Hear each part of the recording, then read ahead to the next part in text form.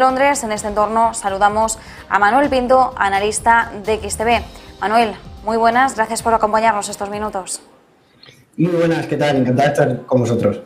Manuel, hemos visto una sesión bursátil europea que arrancaba en tono positivo. Veíamos cómo en los primeros compases de la sesión se mantenía ese tono. Sin embargo, después de las pocas referencias macroeconómicas que teníamos hoy en Europa, los principales índices se han dado la vuelta. En estos momentos el único que se mantiene en pie es el FTSE de Londres. ¿A qué puede obedecer estas caídas, que aún así tampoco son muy notorias? No estamos viendo tampoco grandes volúmenes en el día de hoy, pero ¿a qué pueden obedecer estos movimientos?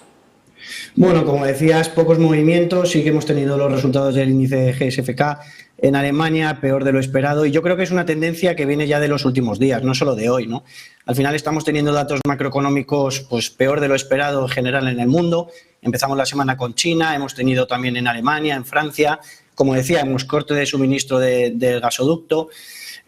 Diferentes datos también, por ejemplo, subidas del Euribor, decíais también subida de la energía, ¿no?, que está siendo clave y va a ser sin duda algunas pues uno de los catalizadores negativos que pueda encontrar el mercado. En Reino Unido, por ejemplo, la estimación es, como bien decías, más de 3.000 libras al año la factura de la luz. Se estima incluso el año que viene puedan ser 5.000. Esto al final son más de 400 libras al mes. Entonces vamos sumando pues una serie de datos que realmente pues nos hacen ser pues algo más pesimistas que semanas anteriores incluso, ¿no? Entonces vamos a ver hoy esa reunión de Jackson Hole, la conferencia de prensa de Jerome Powell, por las subidas de tipos o no, el programa que vaya a poder seguir.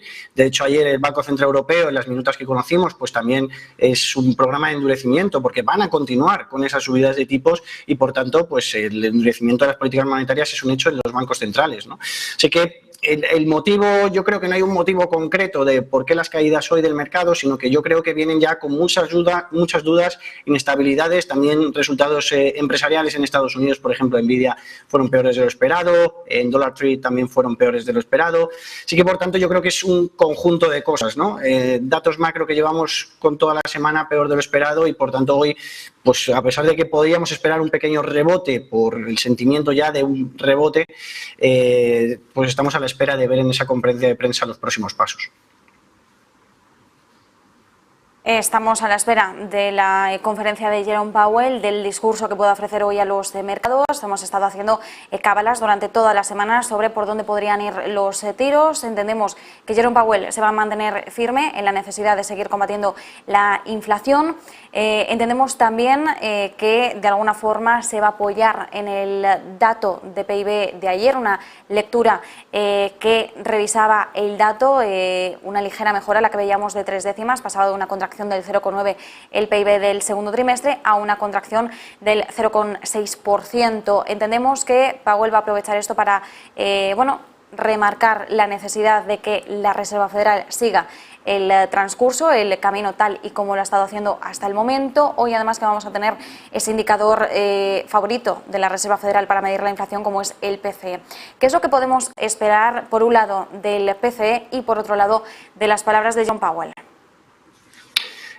Bueno, hay que recordar yo recuerdo los dos últimos años de Jackson Hole. Hace 2 años saltó la primicia en la conferencia de Powell sobre las nuevas métodos de cálculo para estimar la inflación a largo plazo, en lo que ya no sería una inflación fija al 2%, sino una serie de cálculos para estimarlo. Y el año pasado, en lo que yo he oído a Powell diciendo que ha sido su mayor error en el momento de este mandato, ¿no?, que ha sido el considerar una inflación transitoria o temporal en agosto del año pasado y no haber ya tomado alguna decisión de política monetaria en su momento, ¿no? Entonces yo creo que ante esas dos situaciones y ante el panorama que estamos viendo, como bien decías, mejora en cuanto al dato de PIB y sobre todo en la lucha que mantiene el Banco Central, en este caso la Reserva Federal, contra la inflación, y viendo que las condiciones económicas pues tampoco han empeorado tanto desde las grandes subidas de tipos, o que, por ejemplo, el Standard & Poor's mantiene más o menos los mismos niveles las últimas semanas desde las subidas de tipos, yo creo que la decisión de hoy es mantenerse firme. Yo creo que se va a mantener firme, que el mercado a lo mejor pues en las últimas semanas ha ido descontando un programa menos agresivo de lo esperado. Yo creo que ahora mismo se da una probabilidad de más del 60% de que haya una subida de 75 puntos en septiembre, y yo creo que va a ser el camino que va a seguir en esa rueda de prensa, ¿no? O sea, que yo creo que el endurecimiento va a estar ahí. Me preocupa también el tema de la reducción de balance. Yo creo que es uno de los temas que tocaremos hoy, que es la reducción de balance y que en el mes de junio y julio no ha sido a lo mejor tan alto como va a ser los próximos meses. También porque hay algunos tipos de títulos como los MBS que no han podido venderse previamente por la pérdida de precio y que puedan hacerlo a partir de ahora. Entonces, yo creo que se juntan varias cosas. Se junta el fortalecimiento del mensaje contra la lucha contra la inflación con la reducción de balance, que es algo que hay que recordar que esa liquidez que ha habido en el mercado siempre ha apoyado enormemente el mercado de valores, ¿no? Y que ahora pues va a reducirse. Entonces, mucho ojo con ambas posibilidades de comunicación en el día de hoy. Y sobre los datos de hoy de precios, pues podrían ir en línea con lo esperado. Al final, el poder pensar que va a ir a más o menos de lo estimado, pues es algo que veremos en el lado ya reflejado. Los datos de inflación, como bien sabemos todos, fueron menos de lo esperado, el 8,5% de los últimos datos que conocimos. Y bueno, vamos a ver hoy, desde luego, que el coste de gas natural, de la energía, sigue subiendo, de transporte sigue subiendo. La gasolina es verdad que en Estados Unidos pues ha bajado ligeramente, también porque las reservas estratégicas de petróleo que tenía Estados Unidos pues han sido liberadas en alguna parte y por tanto ha fomentado a la caída del precio del petróleo y de la gasolina, y además le interesa, ¿no?, a Joe Biden para las elecciones pues tener un precio de la gasolina más barato, pero en definitiva creemos que esto es para quedarse, que se va a quedar, que la inflación está ahí y que hay que combatirla, y ese es el mensaje que creemos que va a decir hoy Jerome Powell. Además, bien indicabas que al inicio de la intervención que en Europa sobre todo estábamos viendo en general datos macro peor de lo esperado, bueno, no solo en Europa sino que en general en todo el mundo, en un día en el que bueno, pues estamos viendo como en la renta variable pues parece que en Europa la cosa, el tono está cambiando, se ha dado la vuelta a las principales plazas bursátiles, y además estábamos viendo como Morgan Stanley, como la entidad estadounidense, también se está volviendo más pesimista respecto a la eurozona debido a la crisis energética. Indicabas, ¿no?, la situación que estamos viendo de los distintos mensajes que están lanzando Alemania, Reino Unido, los mayores gastos que van a tener que afrontar los hogares de las principales economías europeas a tenor de un invierno que se avecina duro en medio del repunte de los precios energéticos.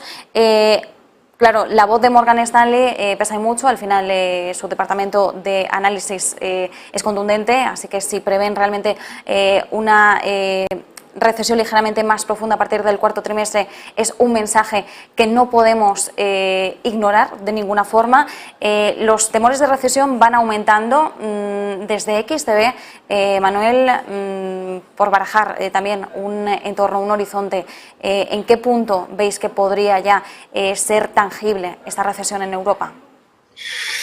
Bueno, a ver, realmente es ir viéndolo siempre día a día y semana a semana, pero totalmente de acuerdo. Es que al final es muy importante. O sea, las partidas del mismo lunes, ¿no?, el precio del gas natural en Holanda, ¿no?, el de referencia en Europa, 15 veces por encima de las medias que suele estar en estos periodos en años anteriores, ¿no? El precio de la electricidad en Francia, en Alemania, disparado. El tema del Euribor que hablábamos, también disparado. Al final son muchos gastos que van incrementándose en los alimentos, ojo, el tema de los alimentos, ya está subiendo, pero además creemos que puede continuar subiendo de cara a las próximas semanas.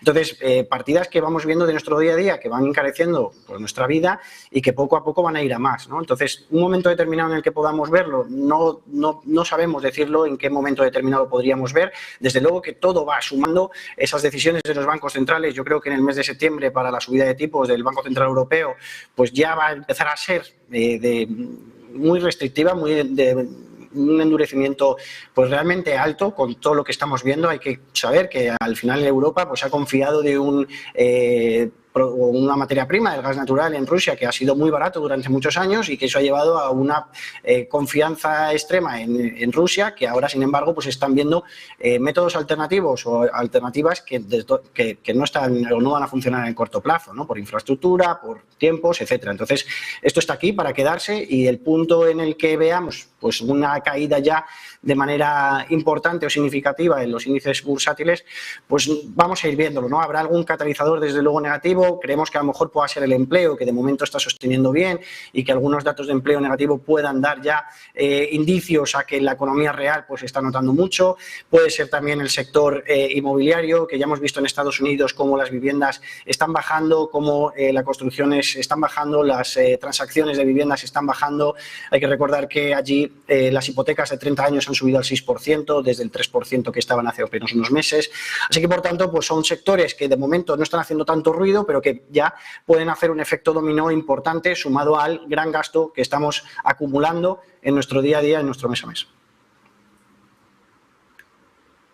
Manuel, mientras tanto, estamos vigilando también los movimientos en las divisas, en el euro-dólar sobre todo. Hemos visto cómo estos días un euro se ha seguido intercambiando durante un tiempo prolongado por 99 centavos de dólar. Ahora mismo estamos viendo cómo se recupera la paridad, un euro intercambiándose por un poquito más de un dólar, pero bueno, ahora mismo prácticamente tenemos la paridad entre ambas divisas. ¿Cuál es el movimiento que podríamos esperar de cara a las próximas semanas viendo estas fluctuaciones?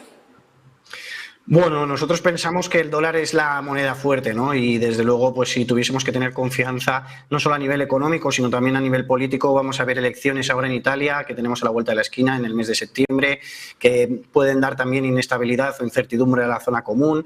Vamos a ver temas económicos, subidas de tipos, parece ya, pues como decíamos, 60% de probabilidades de subida de 75 puntos en Estados Unidos para continuar ese programa de reducción de balance. En Europa no estamos todavía en esos niveles, hemos empezado más tarde esos programas de subidas de tipos, no sabemos si vamos a poder aguantar en la economía real en Europa a esas subidas de tipos. El tema de los inflows, por ejemplo, en renta fija, ¿no? Pues oye, entre comprar un bono del Tesoro alemán que ofrece un 1,3% y comprar un bono del Tesoro americano que ofrece un 3%, pues desde luego que parece más coherente el que da más rentabilidad, que encima es más seguro, ¿no? Eso pues proporciona más inflows, más capital y por tanto una mayor apreciación de la moneda, en este caso de Estados Unidos, ¿no? Así que por tanto, pues si tuviésemos que pensar a nivel fundamental o fundamentales, pues qué divisa es la que nos ofrece mayor garantías o creemos que pueda apreciarse más en las próximas semanas, creemos que es el dólar la que podría, por tanto, llegar a niveles de por debajo del 1,00. Nos quedamos con esas referencias, con ese análisis. Muchísimas gracias. Desde XTV, Manuel Pinto, un fuerte abrazo. Muchas gracias a vosotros, que tengáis buen día. Nosotros